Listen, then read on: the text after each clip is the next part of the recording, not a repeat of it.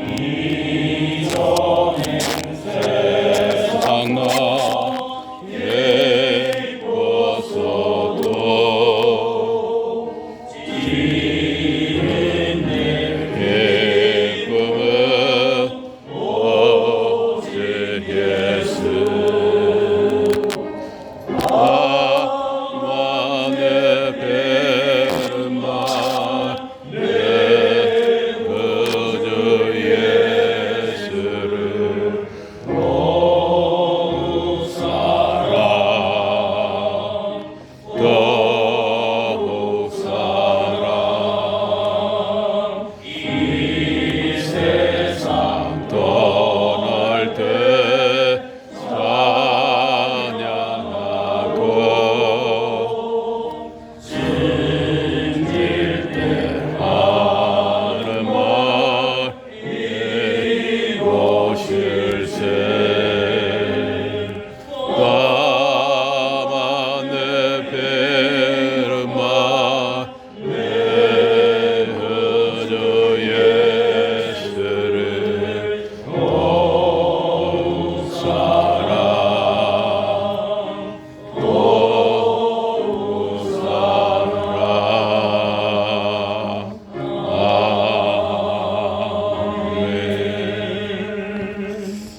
아멘. 구의 목소리로 섬기시는 이종경 목사님께서 대표 기도해 주십니다.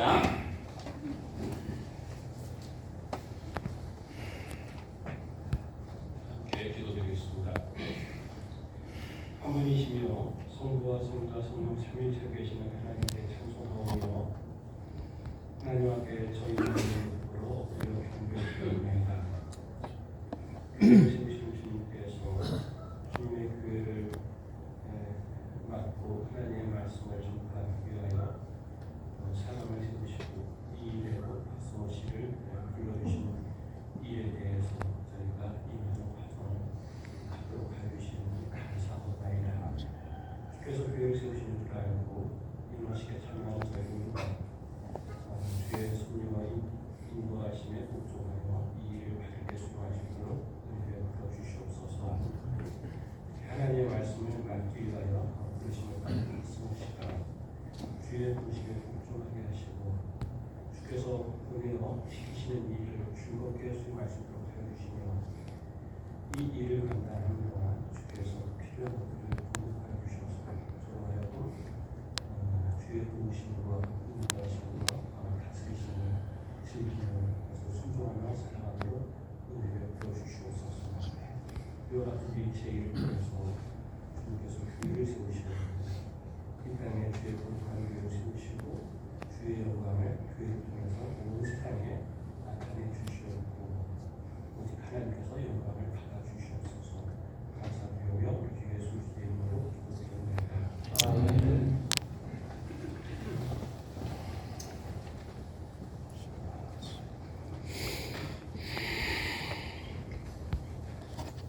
성경 공부 있습니다.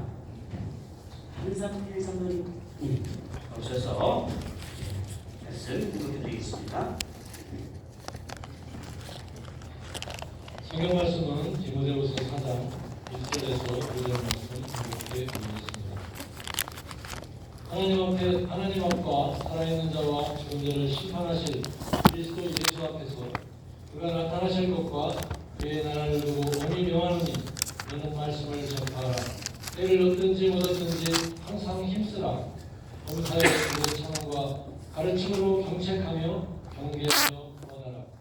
때가 이르리니 사람이 바른 교훈을 받지 아니하며 귀가 가려워서 자기의 사역을 따를 스승을 많이 두고 또 그 귀를 진리에서 돌이켜 허탄한 이야기를 따르리라. 그러나 너는 모든 일에 신중하여 고난을 받으며 전도자의 일을 하며 네 직무를 다하라. 아멘.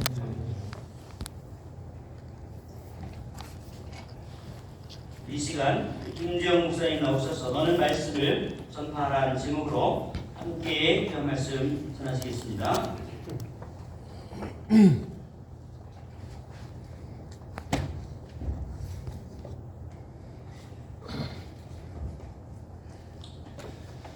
디모데 전서 후서 그리고 기도서를 우리는 목회 서신이라고 부릅니다. 그 이혼 편지를 받는 디모데와 디도가 목회자였기 때문이죠. 그래서 디모데서나 디도서는 특별히 목회자들이 새겨들어야 될 말씀들이 참 많습니다.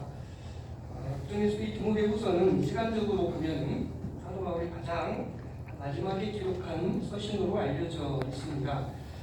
순교를 앞두고 유언하는 그 심정으로 쓴 편지라고 할 수 있을 것입니다. 그렇기 때문에 이 디모데후서의 이 말씀은 우리가 더욱 엄중하게 들어야 될 말씀인 것입니다. 편지를 받는 이 디모데는 사도 바울의 신실한 동역자이고 또 바울의 영적인 아들이라고 할 수 있습니다. 오랜 시간을 사도 바울과 함께 동역을 했고 또 사도 바울의 부탁을 받아서 빌립보에도 고린도에도 가서 사역을 했고 데살로니가에서도 사역을 한 것으로 성경은 기록되고 있습니다.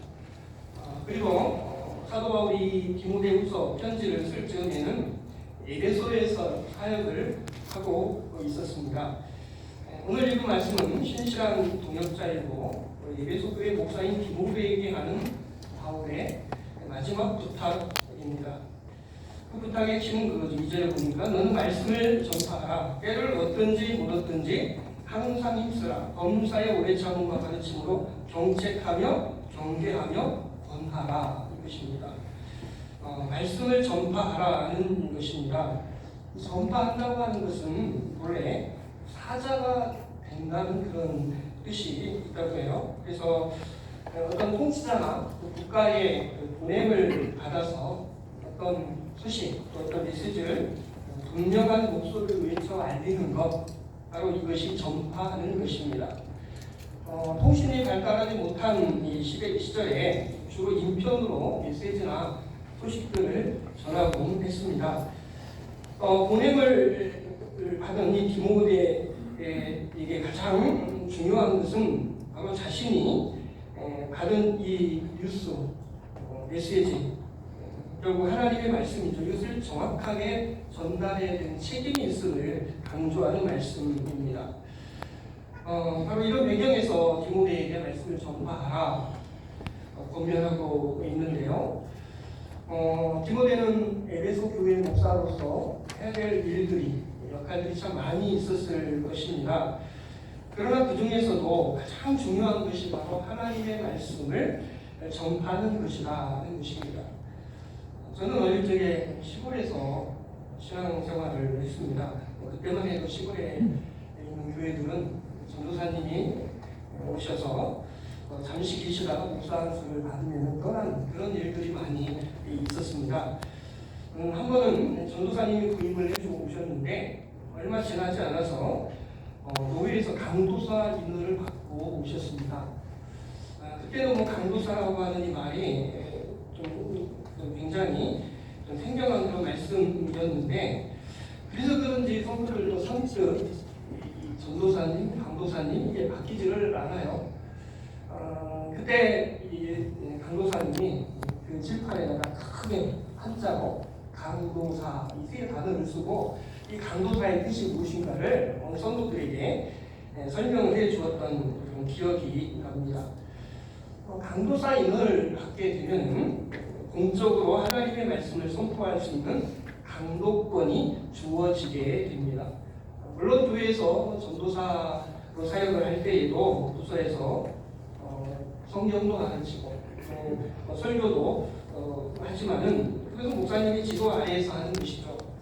그러나 이제는 강도사가 되면 스스로가 하나님의 말씀을 준비해서 성도들에게 선포할 수 있는 그 법적인 권한이 주어진다고 할 수 있습니다. 신학교에서 3년을 신학을 공부를 했고 또 총회에서 고시를 통해서 검증을 해서 강도권을 부여하는 것입니다.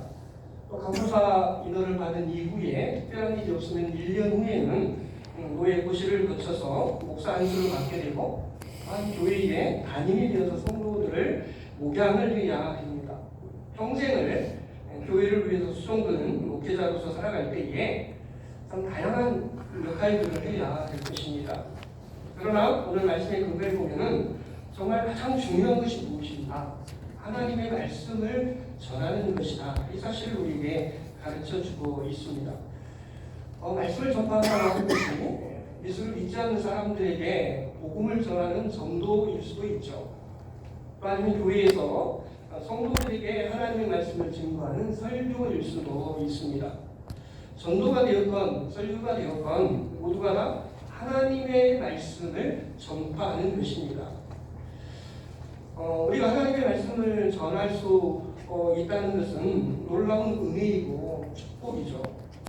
그러나 우리가 하나님의 말씀을 전한다고 하는 그만큼 무거운 책임이 주어지는 것이기도 합니다.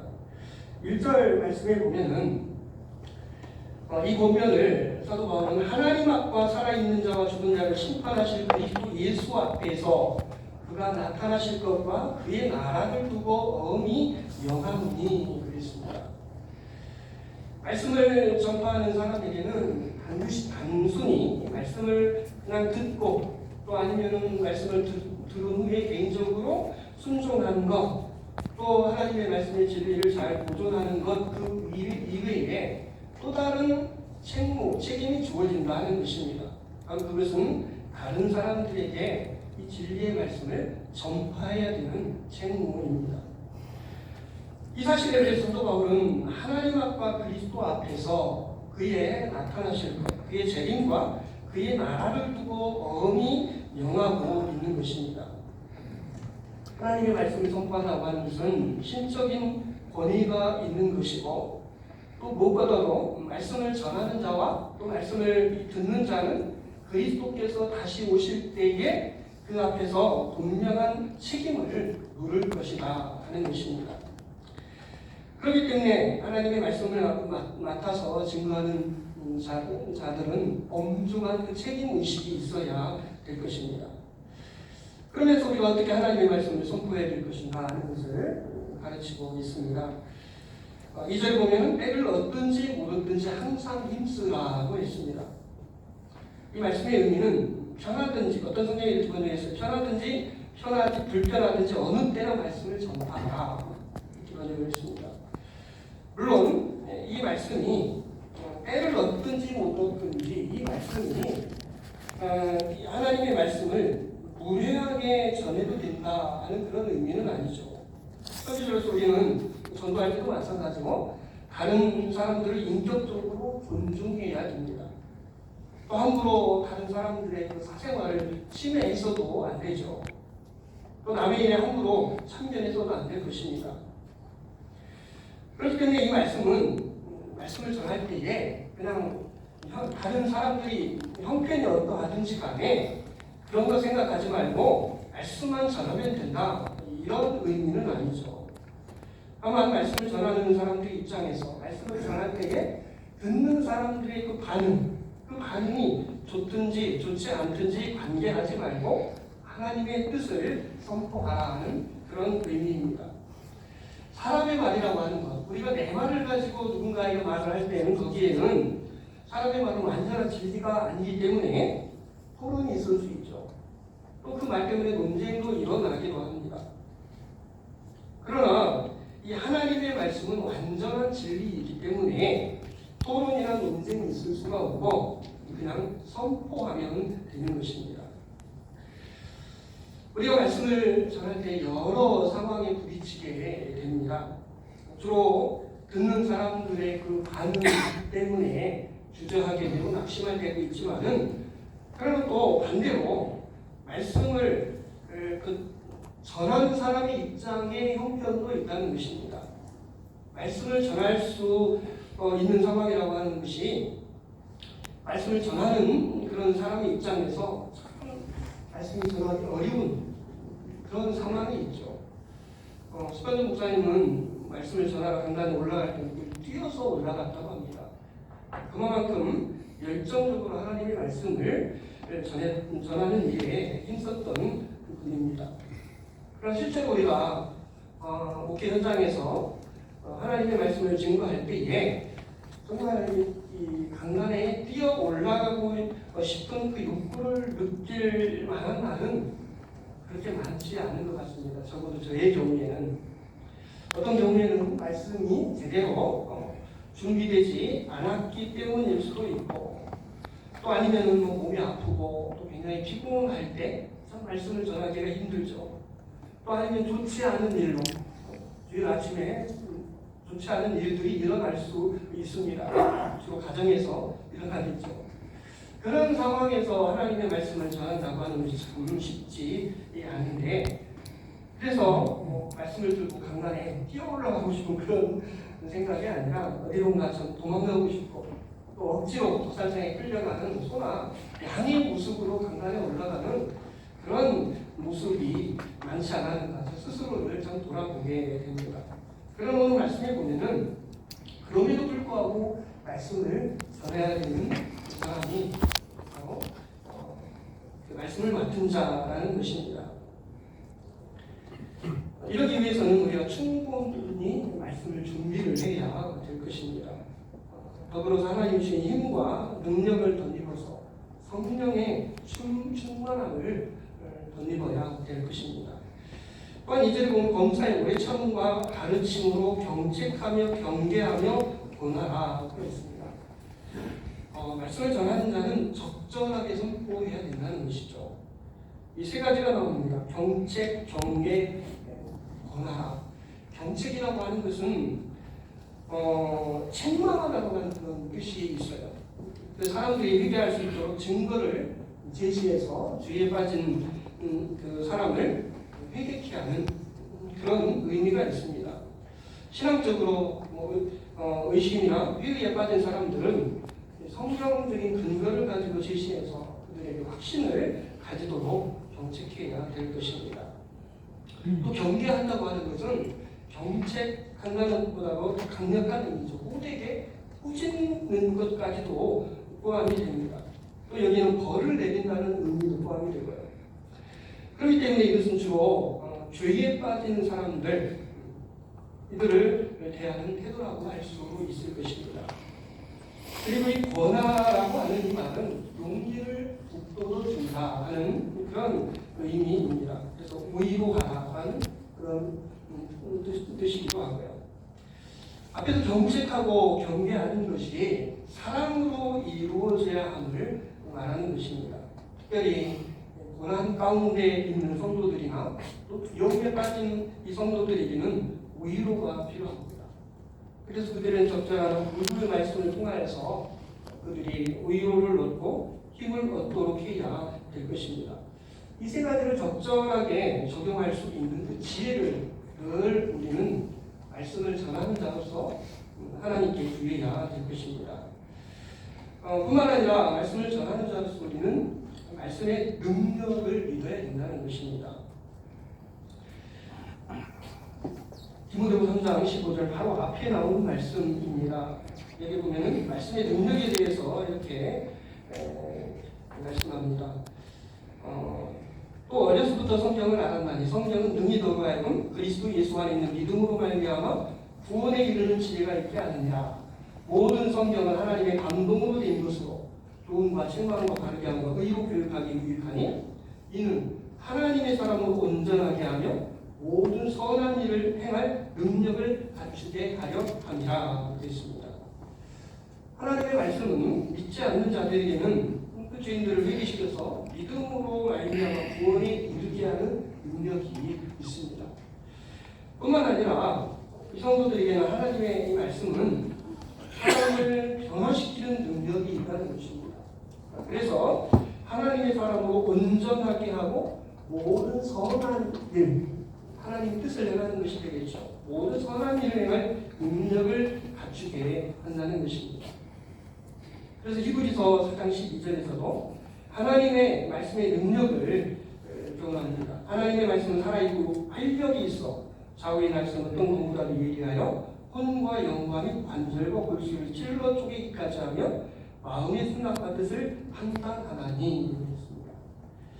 하나님의 말씀은 무슨 도덕이나 윤리적인 교훈이 아니죠. 물론 그걸 포함하고 있습니다. 그 역사에 대해서 우리가 가르쳐 줍니다. 그러나 하나님의 말씀은 성도들을 온전한 하나님으로 세워가는 능력이 된다는 것입니다. 바로 이 하나님의 말씀에 대한 확신이었기 때문에 강단에서 자꾸 다른 이야기를 하게 되는 것이죠.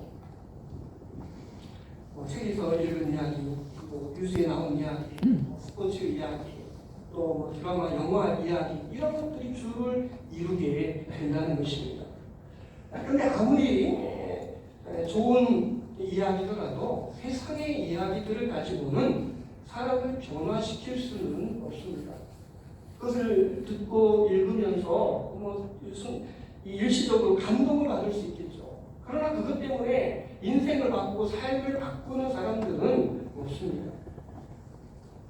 그러나 하나님의 말씀은 사람을 변화시켜서 하나님의 뜻을 행할 수 있게 한다는 것입니다. 그래서 강단에서는 무엇보다도 부지런히 하나님의 말씀을 선포해야 됩니다. 그러기 위해서는 하나님의 말씀을 잘 알아야 될 것이고 또 하나님의 말씀의 능력을 믿는 믿음이 우리 선포자들에게 필요할 것입니다. 조금 재미가 없어도 아니면 조금 짧아도 내가 하나님의 말씀을 바르게 선포할 때에 그 말씀이 영혼을 구원하고 또 하나님의 사람을 변화시킨다는 확신을 가지고 우리가 하나님의 말씀을 증거해야 될 것입니다. 그런데 한 가지 또 중요한 사실을 교무들에게 권면하고 있습니다.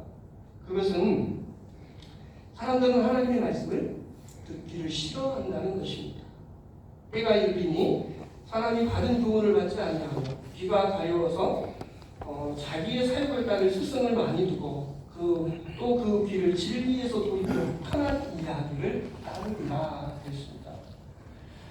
모든 사람들이 듣기 좋은 말만 들으려고 합니다. 자신의 형편에 맞는 이야기, 또 자신이 관심이 사는 그런 분야의 이야기, 또 재미있는 이야기, 이런 말들을 좋아하죠. 이왕이면 싫은 소리보다는 듣기 좋은 소리, 부정적인 말보다는 긍정적인 말, 책망보다는 칭찬하는 말을 듣고 싶어 합니다. 하나님의 말씀은 읽기만 해도 참 은혜로운 말씀들이 참 많습니다.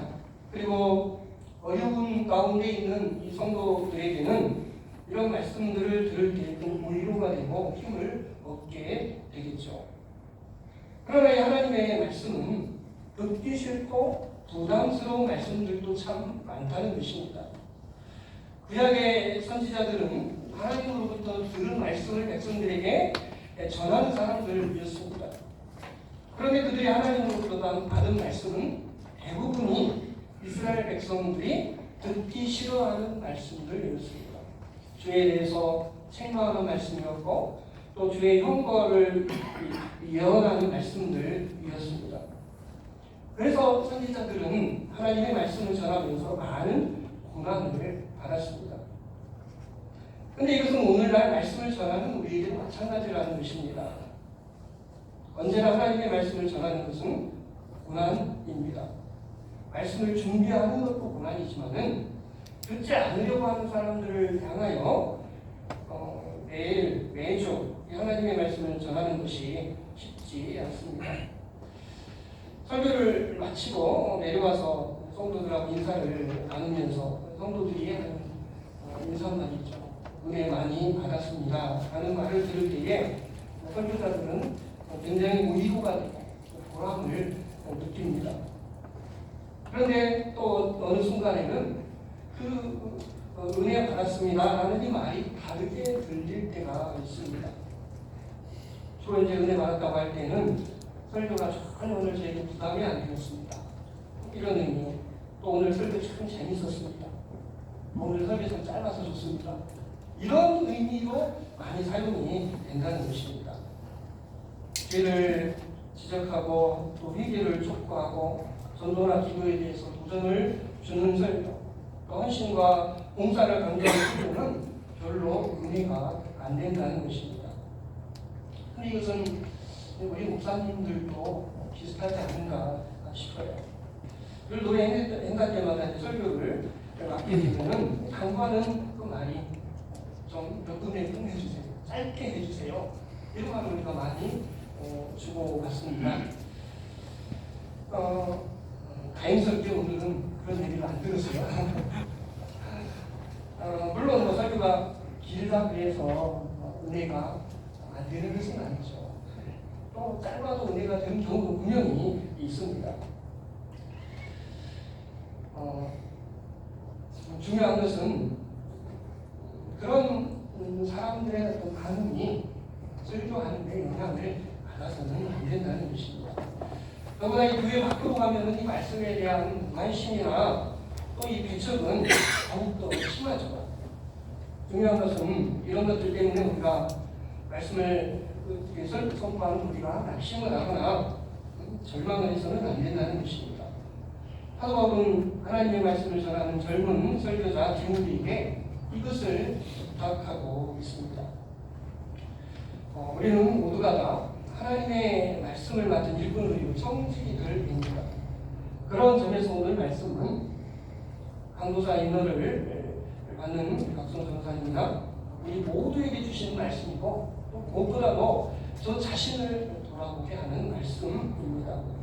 우리에게 주어진 이 강도권이 갑벌이 수단이 되지 않고 하나님의 말씀을 옳게 분별하여 죄인들을 회개케 하여 주께로 돌아오게 하고 또 하나님의 사람으로 온전하게 하여 주의 온된 교회를 진리의 말씀을 굳게 세워가는 말씀의 증거자들이 되시기를 간절히 바랍니다. 기도하겠습니다. 하나님 아버지, 오늘 강도사 인허식을 통하여 한 명의 새로운 말씀의 종을 세우게 하시니 감사합니다. 주께서 사도 바울을 통하여 디모데에게 준 권면이 이 자리에 있는 우리 모두에게 도전이 됩니다. 하나님의 말씀을 맡은 자로서 먼저 하나님의 말씀을 잘 깨달아 알도록 날마다 성령의 지혜를 더해 주시기를 원합니다. 또한 하나님의 말씀은 죄인을 구원하는 능력이 있음을 믿습니다. 하나님의 사람으로 온전케 하는 능력이 있음을 믿습니다. 이 말씀의 능력을 의지하며 듣든지 아니 듣든지 힘써서 하나님의 말씀을 선포하게 하시고 많은 영혼들을 주께로 인도하며 성도들이 신앙 굳게 세우는 종들 되게 하옵소서. 예수님 거룩하신 이름으로 기도하옵나이다.